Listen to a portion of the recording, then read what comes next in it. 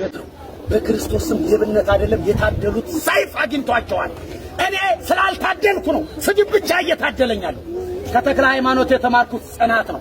ማጭበርበር ብፈልግ 5000 ብር አንድ ክላስ ተከራይቼ ባህላዊ መድኃኒት መስራት ይችላል። ገንዘብ ለማግኘትና ዓለም ለማጭበርበር ቀላል ነገር ነው። ቃል ኪዳኑ በሃይማኖት መኖር ብቻ ነው።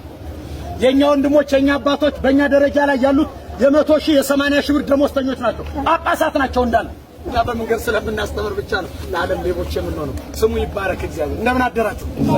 ማን ይመስገን። በቤታቸው ገብተን አይጥ ያወጣንላቸው የባጭ ጭንቅላት ያወጣንላቸው ሰዎች አሉ። ንግድ ቦታቸው ተዘግቶ መቃብር ቦታቸው ሲቆፈር ኮተትና ምናምንት የተገኘ ሰው አለ። እግዚአብሔር ይችላል። ማን ይችላል? ማን ይችላል? አንደበታችሁ ክፉ ነገር አትናገሩ። ጾም ዝምታ ነው። አትብሉ። ቢቻል ይችን 2 ወር ጨው የሌለው እህል ብሉ። ጾም በተፈጥሮ ስጋን መውጃ ነው። አንዳንዱ 6 ሰዓት ይጾምና ምግብ አልደረሰም እንዴ ይላል። ከምግብ ጋር የተያዘ ታሪክ አለ። እስኪ ግብሪቱ ትዳር፣ ይሄ ኃጢአት፣ ዝሙት፣ ክፋት፣ ዘረኝነት የምትሸጥ ዓለም፣ ወንድና ወንድ ሴትና ሴት የምታጋባ ዓለም። እስቲ ሻሩት በጾም እስቲ በጸሎት ሻሩት።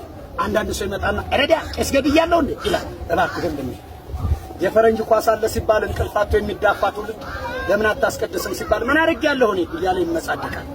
እግዚአብሔር መዓት ያመጣብሃል። እንደዛ ከሆነ ስኳርህም አይድንም፣ ደም ግፊትህም አይድንም፣ ጨጓራህም አይድንም፣ HIV አይድንም። እየባሰበት ይሄዳል። ያስከው ገንዘብ በሙሉ አመድ እየሆነ ይሄዳል።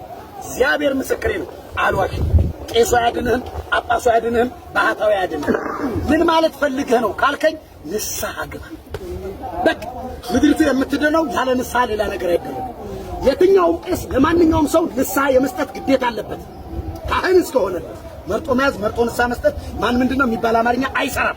በዚህ መስቀል ላይ የሞተ እግዚአብሔር ለሁሉ ነው። አንዱ ለሁሉ ሞተ በሉ። አንዱ ለስንቱ ሞተ?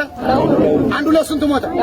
በየሄድንበት ቦታኛ ተሳቀን በሚዲያ ላይ አባ ቄሶች ነው እየጨፈሩ ለኔ ሞተው ቄስ አይደለም። ትናንትና እነ ዘርፌ ነው ምናምን ዘማሪ የነበሩ ሃይማኖታቸውን ጥለው ሄደዋል ስላልተጠሩ። እኔ ቄሱ ጭፈራ ቤት የጨፈረው ቄስ አይደለም ለኔ የሞተው፣ ለኔና ለእናንተ የሞተው የድንግል ማርያም ልጅ ወላዲተ አምላክ ቤዛዊተ ዓለም ድንግል ማርያም ልጇ ኢየሱስ ክርስቶስ ነው። እምነት ያድናል። ቤተክርስቲያን የተመሰረተችው በቄስ ደም አይደለም፣ በማደም ነው። በማደም ነው። በእግዚአብሔር ምን እባክህ ሃይማኖትሽን አትሸሻ። ቅዱሳን ጾም ያለ ሰባት ጽና በሃይማኖት። ወንድሜን አይቼ በለኋት ነው። ሰይጣን ክፉ ነው። ሰይጣን በሉስ ክፉ ነው። ሰይጣን ምንድነው? ስለዚህ አንቺን ብሎ አስቀዳሽ ይላል ሰይጣን። ደስ ይበላል። በክርስቶስ መሰደድ ማስትሬትና ዲግሪ አንቁሳ ያገኘ አንቺን ብሎ ቆራቢ ይላል። ደስ ይበላችሁ። ማስትሬት ነው በክርስቶስ